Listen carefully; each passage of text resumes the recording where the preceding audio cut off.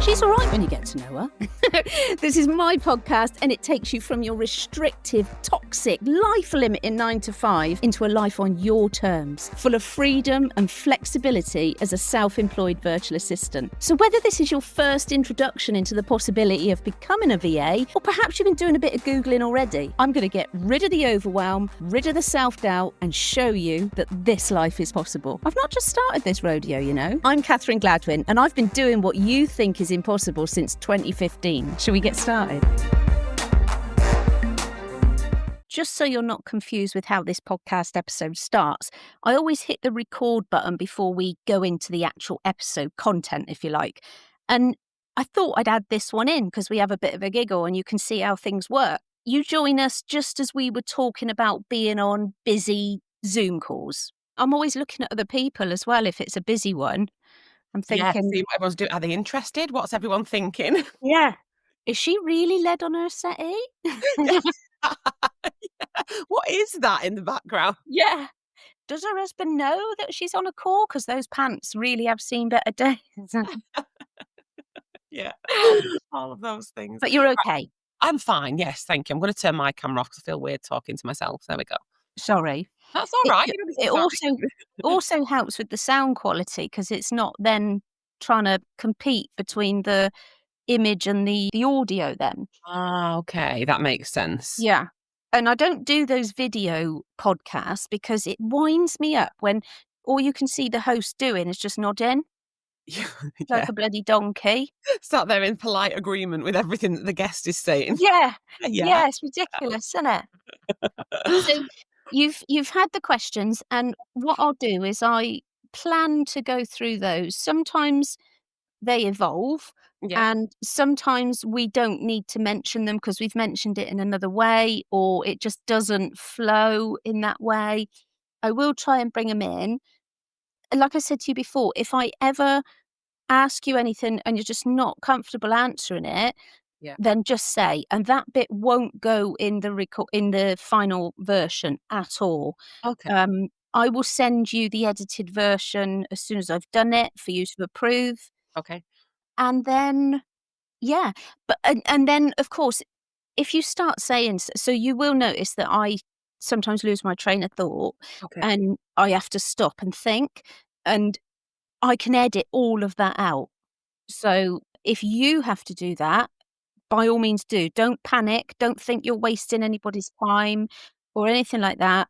We'll just sit quietly until that train of thought comes back again. Okay, perfect. Thank you. I hope that wasn't too boring then.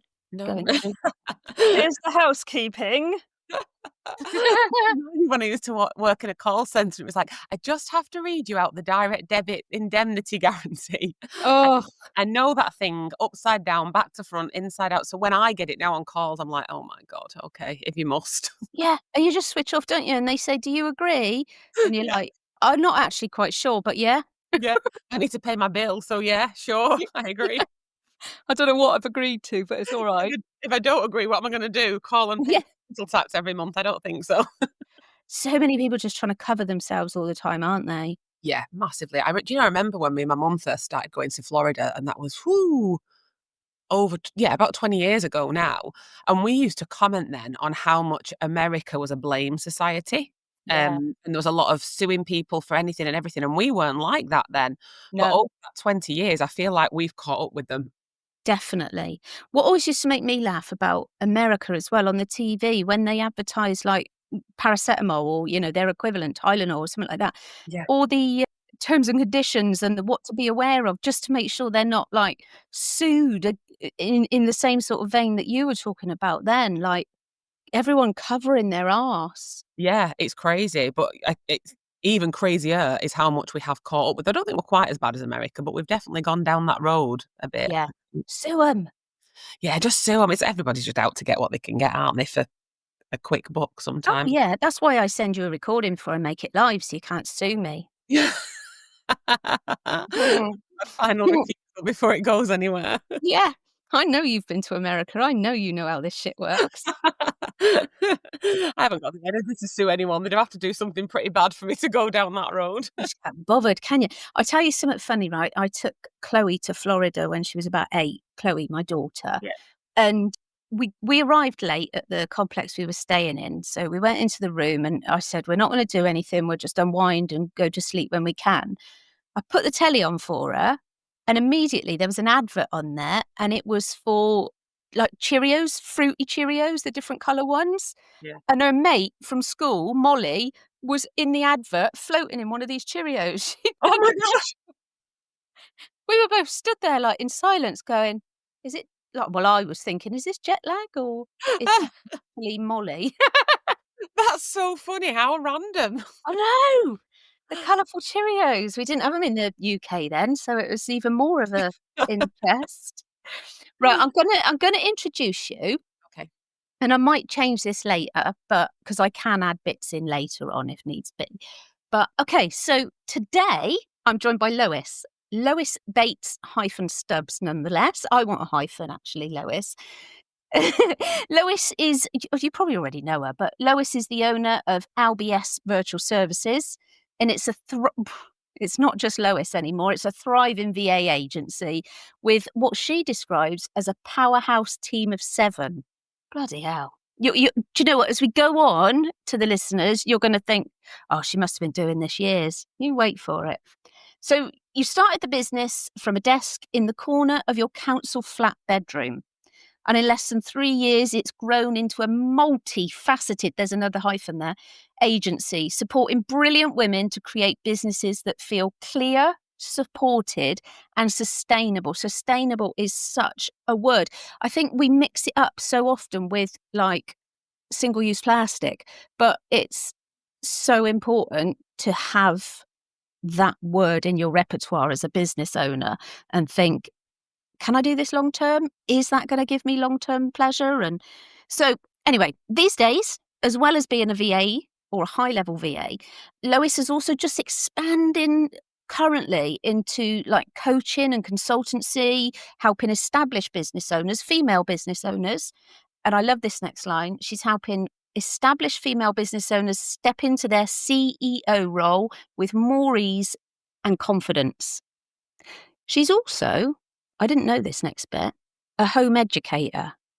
I knew the next bit though, a Disney lover.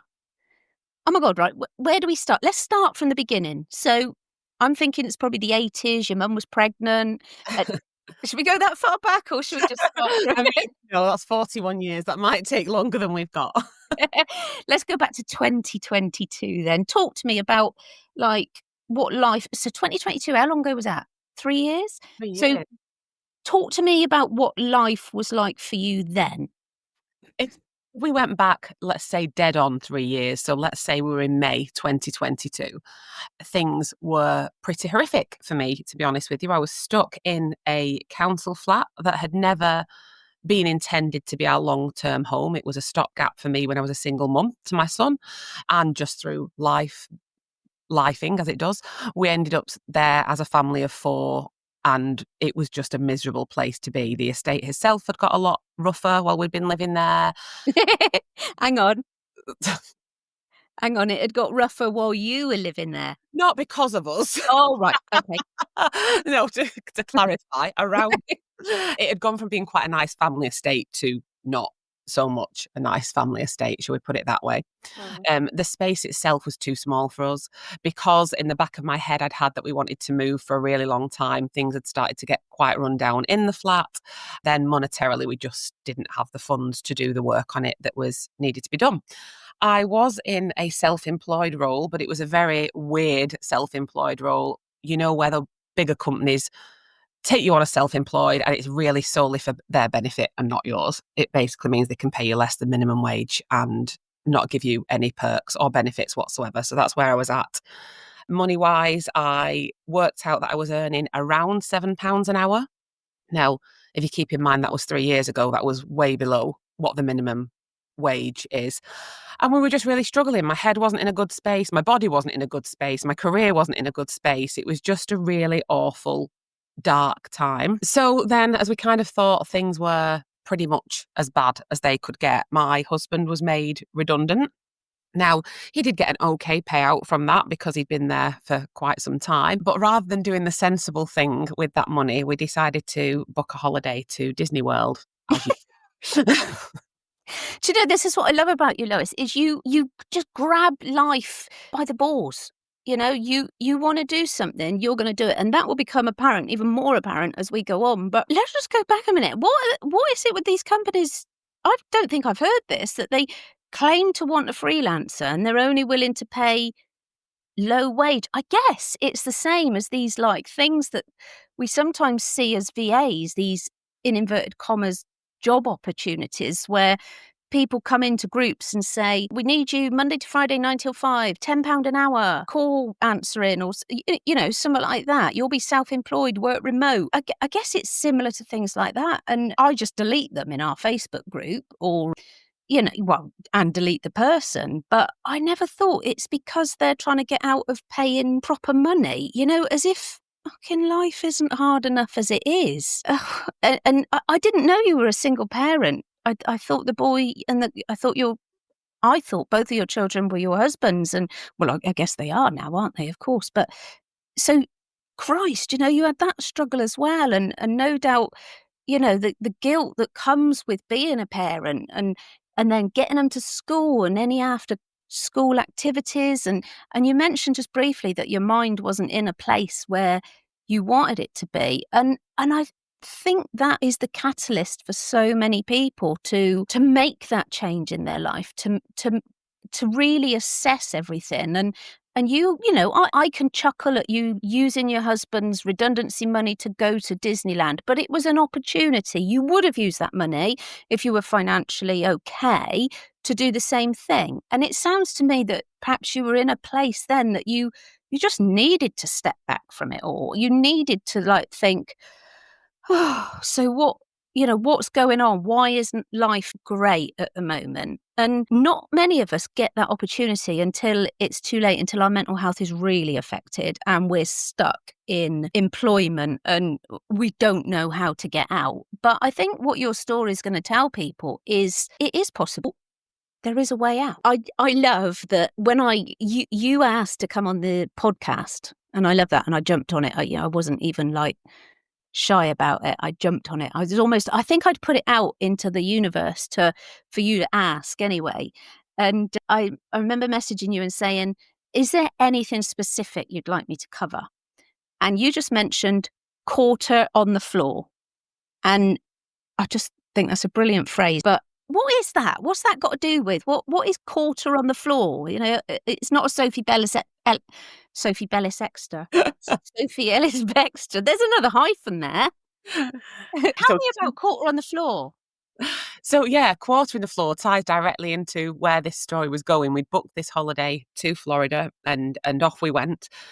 As you said, some might argue that wasn't sensible, but some might say that was exactly what was needed to just step back from life as it was in that moment. And we were there for 2 weeks. And as much as I enjoyed it, there was that little voice in the back of my head the whole time saying, what have you done? Why have you spent all this money on a holiday when you could have spent it on X, Y, and Z that would have been a more sensible option? So every time I was experiencing pure joy, I kind of got pulled back down again into that feeling of that old life, of that dread. And the more the holiday went on, the more I realised that we were going back into the same situation. No money because we just spent it all at the back end of a holiday, not knowing when the next one would come, and just into this space that wasn't right for us. And I was all in my own head with these thoughts, and I was just walking through Disney and I looked down and there was a quarter on the floor. And I don't know what struck me in that moment, but I bent down, I picked it up, I held it so tightly in my hands, and I said out loud, I was on my own at that moment, I said out loud to myself, this will not be the last time I bring my kids to Disney World, and next time I come, I will have paid for it myself. I love that. I love that. And it's not a small, insignificant thing to want to do, because we all know Disney is not cheap. You know, it's not like a week in Benidorm or a week at a Haven Park. It is not cheap. So making that promise to yourself, you're going to need some money for that. Yeah, absolutely. And in that moment that I made that promise, I had no idea how that would happen. But being the kind of person I am, I just thought, okay, I've made that promise. Now what do I do? So as a small aside to what we were saying about the job I had, I was also running a bath bomb business at that time, which I loved. But because it was product based and I didn't have any money behind me, it was a drain on my finances. So I enjoyed doing it, but it was never going to, make me rich. So on that very day, I closed that business down, literally put it out on social media saying everything must go sale. And my best friend called me in Florida. She was like, what are you doing? Why are you closing your business down?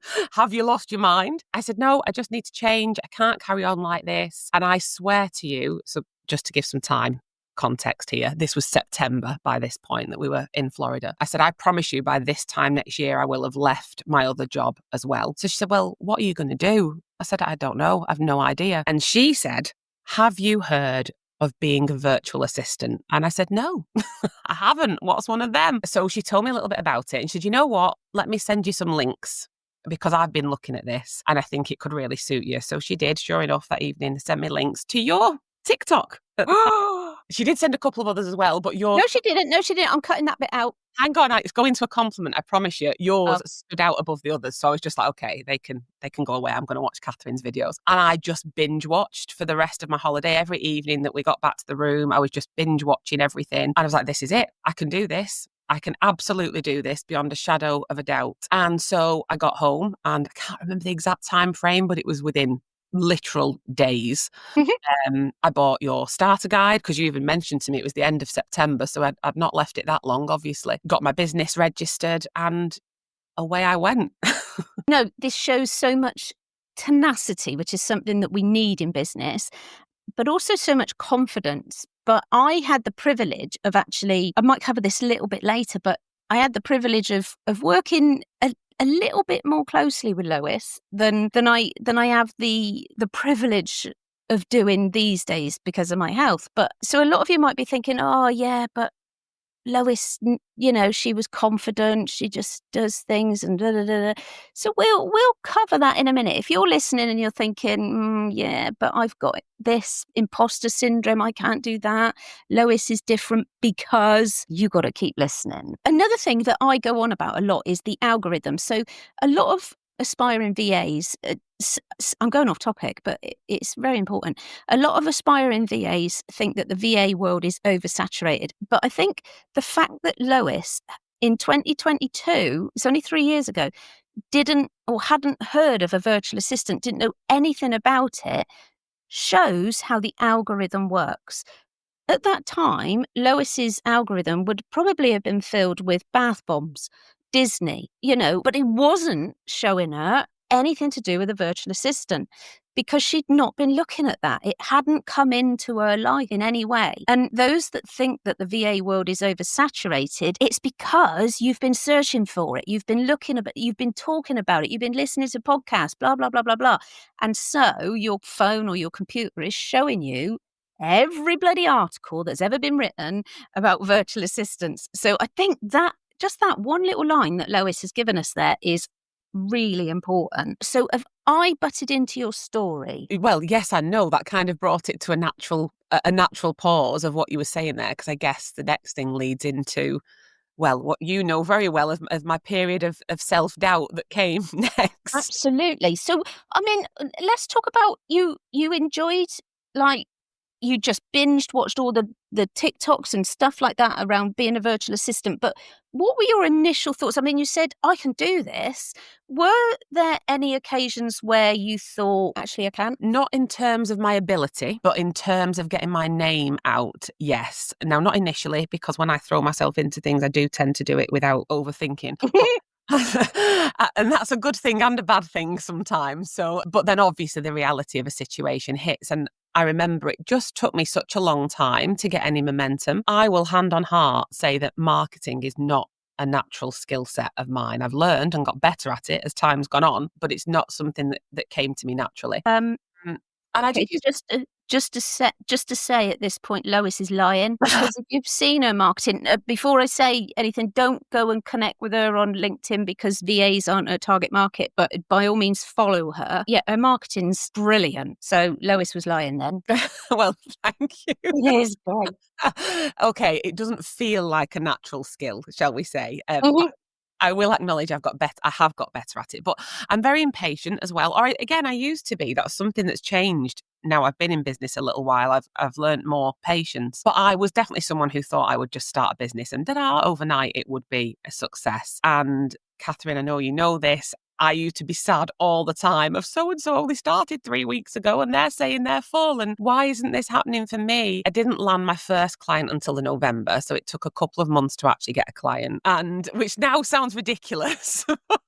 But at the time I was just like, please give me some clients out of the sky. It was quite a slow burn for me until the April time of the next year, so of 2023. And I used to say, I don't know if this is for me. I don't know if I can make it work. Why isn't it happening for me? I had the worst case of comparisonitis. I was looking at what everybody else was doing. But I remember you saying to me once that not everybody is starting from the same point.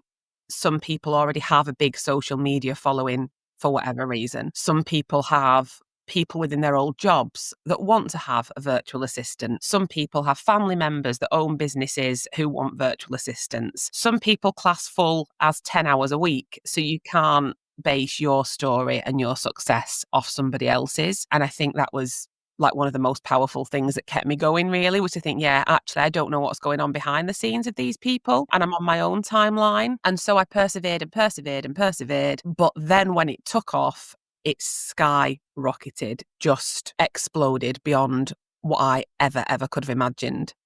And I've done a podcast on comparisonitis.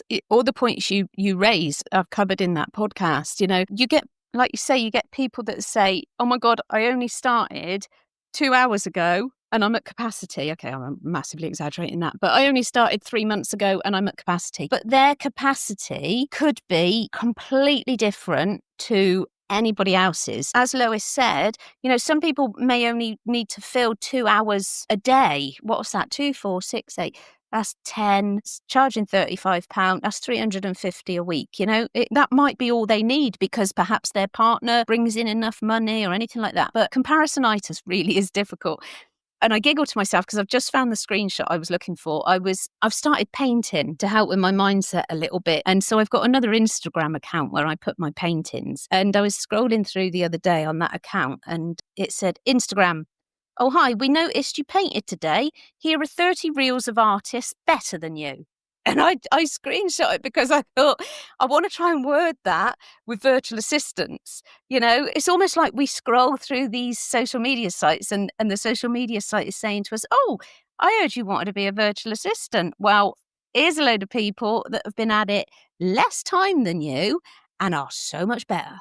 It's just what we think and what you cannot make a judgment from seeing somebody else's. And I know that there were periods in Lois's evolution from that September till April where she did hold back. And perhaps, I think there was one occasion, if I remember rightly, that you'd not done anything in inverted commas or not put yourself out there for a few weeks. And because you'd had that imposter syndrome, because you'd been beating yourself up. And it just goes to show that even though Lois got a first client quite quick in 2 months, there was then that period that she didn't. And it is normal, but it can happen. Lois is now running an agency with 7 associates. It's like, what the hell? So how have you continued to grow after you got to capacity? That is such a good question. And I almost feel like I don't really know the magic formula. I think for me, it gave me the confidence I needed to know that I could do it. And actually, I went from kind of having that one client to having more than I could handle really quickly. I should have kept the timeline on that. But if I had to guess, I would say, it picked up in the April. I had quit the job, by the way, by the June, so in less than my 12 months that I'd promised myself. And I think I want to say July time that I had to start taking on associates, so in less than a year. It's felt quite natural, but I think that's just because I'm so comfortable with what I'm doing and I'm enjoying it so much. The reality is that I've just kept going. I've adapted where I've needed to adapt. I have taken advice and ran with it where needed, but then also shaped that advice to match my own experience. I'm sure even as a VA trainer, you'll attest to that we give advice based on our experience and based on the experience of others around us, but everyone's living a different story. So I think learning that balance between I'll take this fantastic advice, I will apply it, and then sometimes I will tweak it to fit what is happening for me. that's where I've been really, and that's what I've done all the way through. And one big thing I would say about me, and everybody will have their own strength, it doesn't have to be this, but I think when you recognize what your own strength is, it's the USP really that everybody talks to you about. And if you're a new VA or an aspiring VA, you might think, what the heck is my USP? I used to think that. I don't know. I don't know what it is. And it's only quite recently really that it's come to me that in my case, it's genuine love.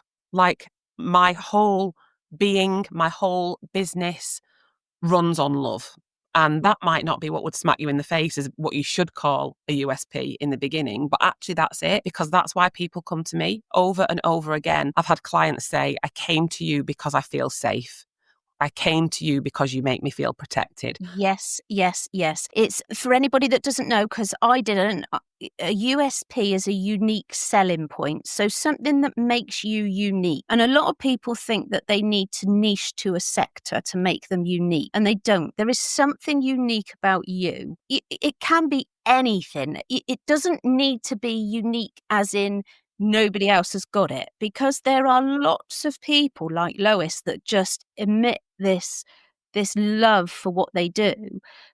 But it's also so important to show that you love what you do, because we are being trusted with business owners' livelihoods. This isn't a game. Being a virtual assistant isn't, something to just bring in some ridiculous amounts of money into your home. Not only does Lois love what she does, she doesn't do what she doesn't enjoy. She doesn't do or offer to do things that she can't do. She's always remained focused and true to herself and for the respect of her clients. And that helps to build that know, like, and trust, the three key ingredients for, getting potential clients within your audience. So I think, I might do a podcast on USP. I don't know how long I could talk about it, but finding your USP or that element of your personality. Now, I didn't, when you said that about your USP, we'd not even spoken about this. I thought you were going to say Disney, because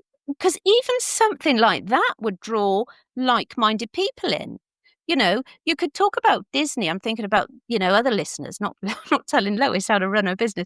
But, you could talk about Disney, but you could also show the love for your business and the dedication you've got for it by sharing client testimonials. And it's such a good point and so important to show that we're here for the long haul, that our clients can trust us. And that also, that expands into having a website. You're showing that you're there, that you're committed to this business and therefore committed to those potential clients that come knocking on your door. But yeah, I feel that love from your posts.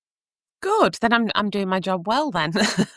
Absolutely. And I always feel that they're talking to me, and it's something that I often say as well, that, we almost need to act like that fabulous radio presenter. You never feel that they're talking to a room full of millions of people and they just aren't going to notice you. You feel that they're talking to you, and you've perfected that. Well, thank you. That's a huge compliment. And yeah, that has been the biggest thing that's kept my business going, definitely just staying true to that. And I would say, don't overthink it, because that's definitely what I did in the beginning. And I used to kind of wrap my brains for, I don't know what it is that I'm doing is unique, because I don't have a particular specialism in the VA world. Some people go off to focus on lawyers or whatever. And I used to think that that's what that meant. I used to think unique selling point meant a particular niche market or a particular niche skill.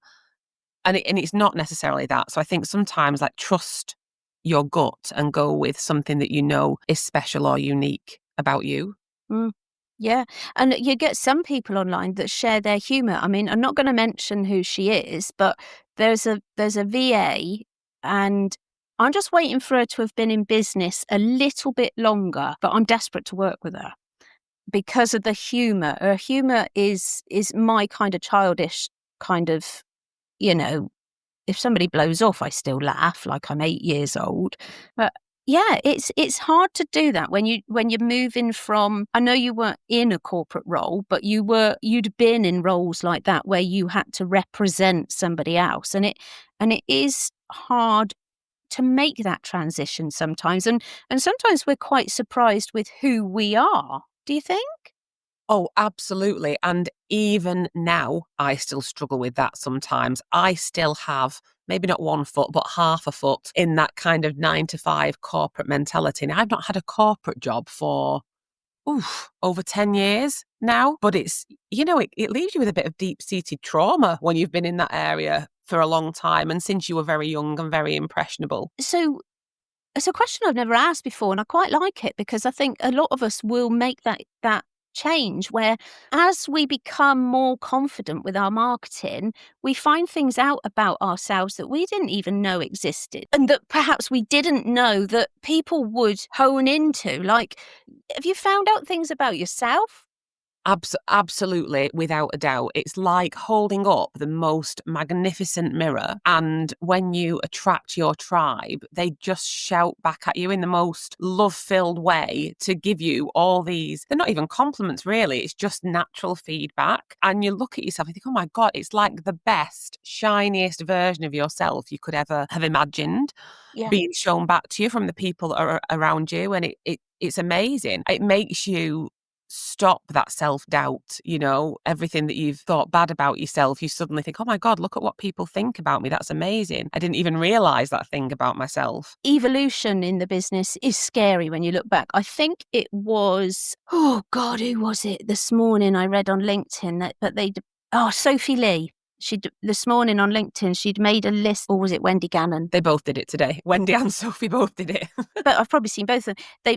They've both made a list on LinkedIn separately of their achievements. And I commented on one of them and said, I think we need a recurring diary entry to remind us all to set time aside and write a list every 6 months, every 12 months, whatever it is, just to see how much and how far we've come, not just in skills, but in ourselves as well. Because I thought of a brilliant analogy, but when you're at work, in a 9 to 5 in a corporate environment, it's like you're at the bar and somebody's resting their pint on your head. But when you're out being self-employed, they're holding your pint for you instead. I don't know where my analogies come from. I like it though. I love a good analogy. Quite good, wasn't it? Yeah. I think we'll probably edit that bit out, and I'll probably sneak in another one. I'll Google. I'll ask GPT for one. But no, it's amazing what we can find out about ourselves. We're no longer shut away, It's not it's not just about wearing jeans every day of the week and not just a Friday. It's about really being ourselves and being authentic to ourselves. And you get a lot of people that are diagnosed with neurodiversity, ADHD or autism or things like that. And they say, oh my God, I just understand myself now. Life feels so much easier. And that, I think, is very similar to running your own business because you enjoy life again. To me, it's like being a child at your happiest moment, and you can be yourself. You can do as you please, and you can be surrounded by people that enhance your life and not drain it. I wrote down a question while you were talking earlier because I just wanted to ask. I should have asked it earlier, so I'm sorry to jump, but you said when you were in Disneyland, that time when you picked up that quarter and everything, and you had days of dread thinking, I shouldn't have spent that money and, I've got to go back to the life that we've got and what have you. And I know you've been to Disney since then, as was your promise to yourself. Do you still feel the dread that, this holiday's going to be over in 2 weeks or whatever, and I've got to go back to work, in inverted commas? How do the holidays feel now? So actually, I haven't been back to Disney yet. It's booked for this December, our first return. I swear to God, you've been. I went to Paris with Terry. Same thing. Same thing. I've not taken the family yet, but that's that's this December. I have, however, been on holiday since, so I can still answer the question. That's fine. And no, absolutely not. There's not that, oh my God, what life am I going back to? There's not that feeling. And, don't get me wrong, we're all human. Sometimes you feel like, oh, I could still have another day off. But, you also know that there's no one there with a metaphorical gun to your head. And actually, if for your first day back, you want to start at 1 p.m. because you need a lie-in or a walk or 15 cups of coffee, you can. There's no one that's going to tell you can't. Yeah. And just that pressure being taken off is an absolute game changer.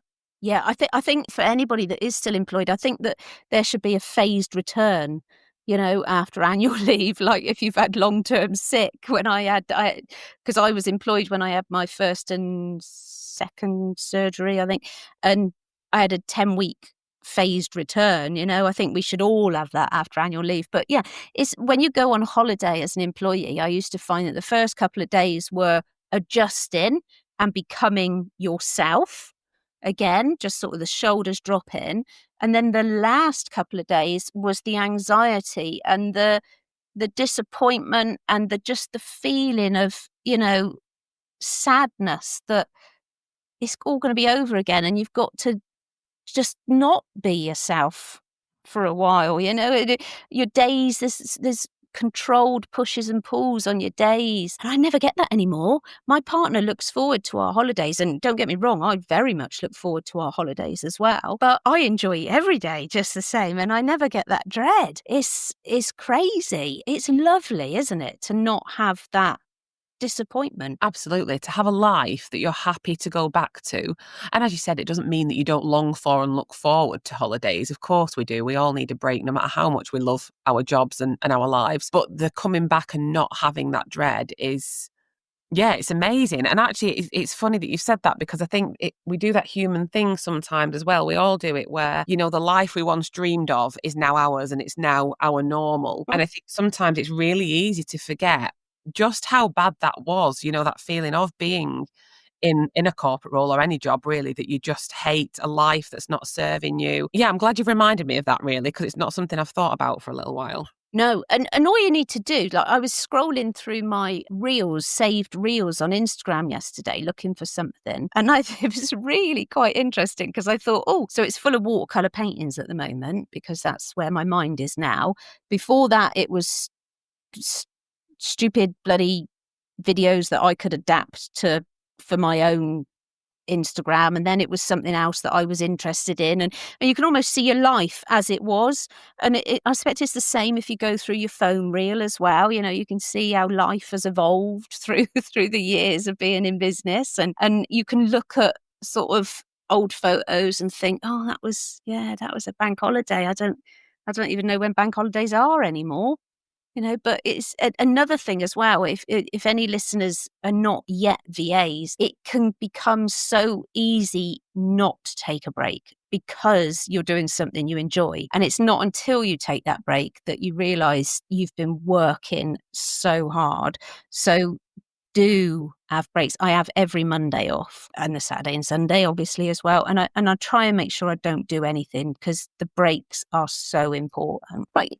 I hope I don't overstep the mark now, but I'm going to be, you've been so open with us and I'm really grateful for that. But what is life like now? Do you feel comfortable talking about what life's like for you, your family, your health, stress levels, and what hours do you work? Yeah, I'm happy to talk about that. Now, I am a little bit of a workaholic, so I'm probably not the best benchmark for what life can look like as a VA. That's something else I learned about myself as well. I was never a workaholic before, but I love it. I don't think I could even tell you the exact amount of hours I do because a lot of how my business is set up is, well, it's very much not a 9 to 5. I don't sit down and go, okay, I'm going to start work. It's 9 o'clock and I'm going to finish work. It's 5 o'clock. Actual client hours, I now do 15 a week. Mm-hmm. I probably spend around 5 running my business and my team. And then the rest is on the outside stuff, the marketing, the social media, all of that kind of thing. But all of that fits around me and what I need to do, which is fabulous. I get up. Well, I still have to get up early because of the kids. But other than that, I can take lazy mornings if I want to. I can go out for a walk midday or out for a coffee with my mum. There's so much freedom there. It's unbelievable. We are in a lovely home that I honestly dreamt of. We've been here just over 18 months, like 2 years ago when we knew the time was coming that we could move. And it's like a dream come true, literally. We have a huge garden out the back, which, when we head into summer, changes our lives completely rather than being in a cramped little flat. We can afford things and, I wouldn't say I'm like filthy rich rolling in a bed of money stage, but I can afford to take the kids out at a weekend without thinking too much about it. We can afford to always have a holiday in the pipeline. We can afford to replace things that need replacing and wear things that we actually like rather than cheap things we just had to pick up on the run. Yeah, it's wonderful. It does change things, doesn't it? I've often tried to explain it, and you've just been so much more succinct that you can buy things and do things without thinking about it too much. And that is absolutely huge. Being a single parent myself for many, many years, I know how that feels. That you see their mates wearing this, or, you hear that somebody's doing these swimming lessons and you're thinking, oh God, yeah, well, let's have a look to just see how much money we got spare every month. And I think I've still got my workings out. I used to do it every few months to see what was coming in and what was going out. I used to keep them just to see if I was doing better every year or worse. When I was employed, this was. I don't do that anymore. Now, I think that leads me on, and I know the listeners are going to want to know this, and this isn't to boast. If all the listeners that already know me, you know that money is not what I talk about when you become a VA, but it is important because you, the listeners, you need to know whether this is financially viable.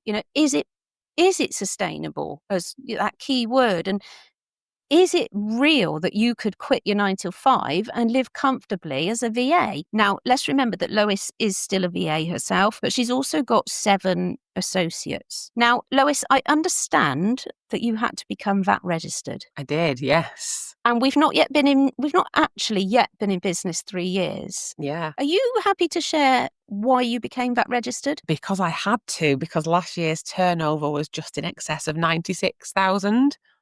Fucking hell. You've just made this episode explicit. I have to tick whether there's explicit content. That is, I didn't know that. I knew that you were VAT registered. I didn't know what you'd turned over. Jesus Christ. So you've gone from £7 an hour to just under 100K a year in less than 3 years.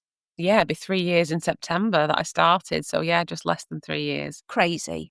No wonder life has changed for you. It's just to think, can you appreciate how far you've come?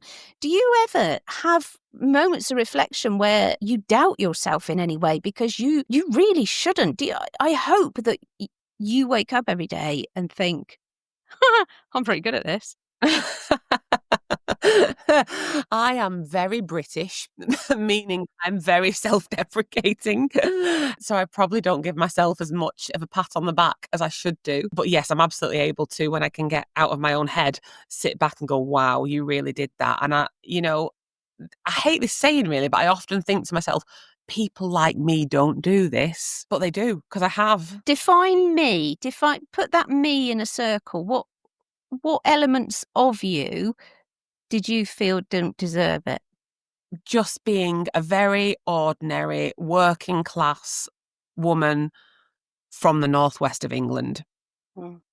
I just, it's not a life that people have. I could go on a whole other tangent here about the effects of disrupting your life like that in different ways, but I won't. We can save that for another conversation, perhaps.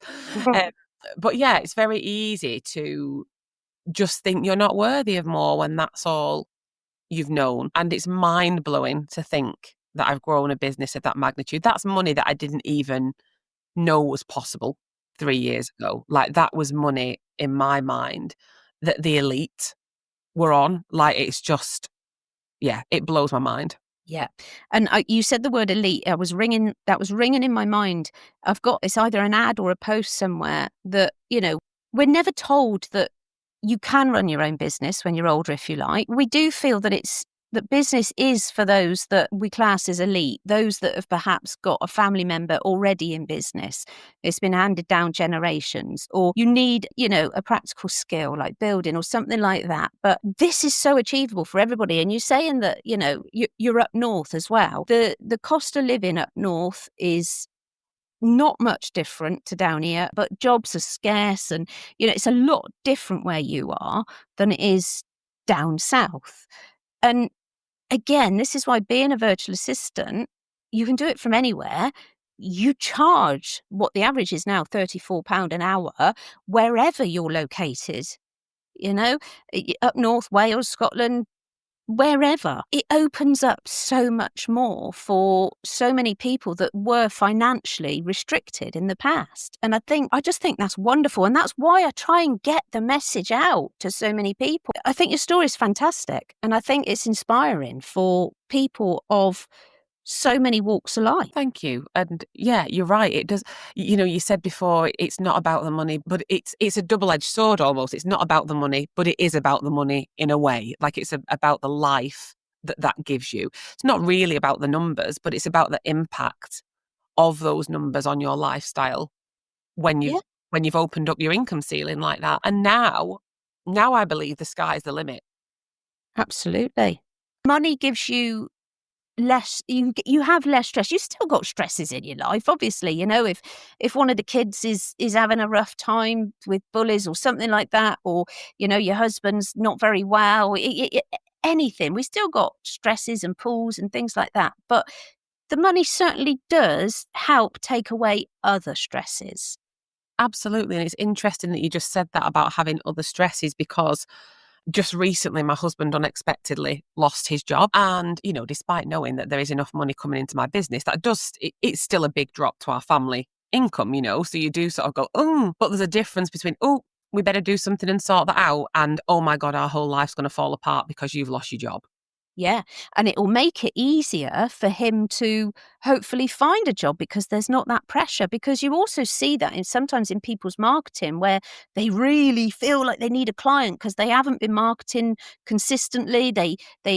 Or they've quit their job before they've got enough money coming in, and their marketing comes across as really quite desperate. And your husband, I assume, will be just a slightly little less stressed and a bit more relaxed about it, which probably helps. So what's actually happened, and I'm so proud of him. I know this isn't really about him, but I'm going to put it out there anyway because I am really proud of him. My husband is Mr. Safe and Steady. He's very much, he likes what he knows and he knows what he likes. He doesn't really take a gamble. That's my job in the relationship. Yeah. But actually, he feels so safe in knowing that we are comfortable enough for him to do this. He himself has decided to go self-employed. What's he going to do? So he just wants to be an Uber driver. That's all he Nice. wants to do. Mainly because he can then help a little bit more with the childcare, because for a while now I've been main breadwinner and main caregiver, which is quite a lot for anyone to have on the plate. So he decided that, he wants to do something where he can have the flexibility as well. He can work as much or as little as he likes. But interestingly, he's already started talking about like how he could expand on that.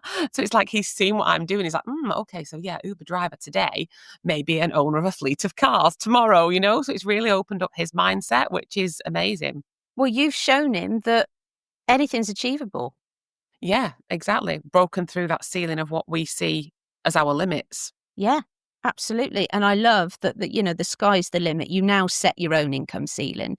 You don't have to go back to university to retrain. You don't have to, sleep with the boss or anything like that. You are the boss.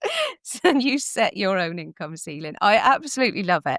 Your story, as I said, is just really inspiring. And I'm grateful that you wanted to share it with us. When you popped up in my inbox, it was brilliant. As I said to you, I'd said to Rochelle that, I want Lois on the podcast. And I know she didn't tell you. No, she didn't. No, this cosmic ordering works, Oh, it does. It does, without a doubt. You put it out to the universe and it comes. Doesn't it ever?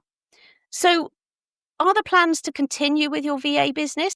Absolutely. The VA business is here to stay. I don't want to build the team a great deal further. I think maybe one, perhaps two more people, and that's going to be kind of how that stays. Yeah, I adore it. I'm not leaving it anytime soon. Wonderful. And I love that there's no plans for a massive expansion of more and more associates, because that would take up so much more of your time, because there are elements of not micromanaging, but observing and supporting, aren't there, throughout their journey as well?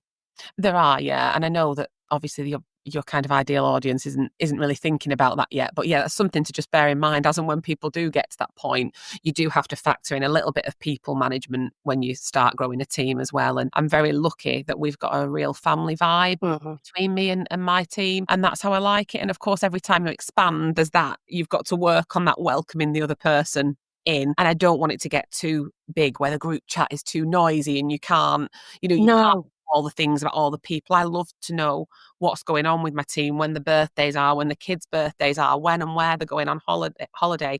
In fact, I've just had one of the team this morning sending me pictures from her holiday because she's so excited. And I want to keep that. And I think if it got too big, I would start to lose that a little bit and be spread thin. It all becomes overwhelming, doesn't it? Because you'd want to please everybody. Well, it's been an absolute joy. As I said briefly in the podcast, please don't overwhelm Lois with connection requests on LinkedIn. But if you hit her follow button, then you can have a look at what she's posting as and when. And yeah, it's been a delight. And I'm just disappointed that it took us this long to actually have a chat.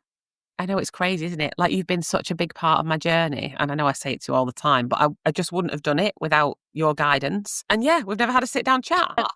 You're very gracious, and every time you tag me in a post or say it means a lot. It really does. Lois, it's been an absolute dream. Thank you so much for your time.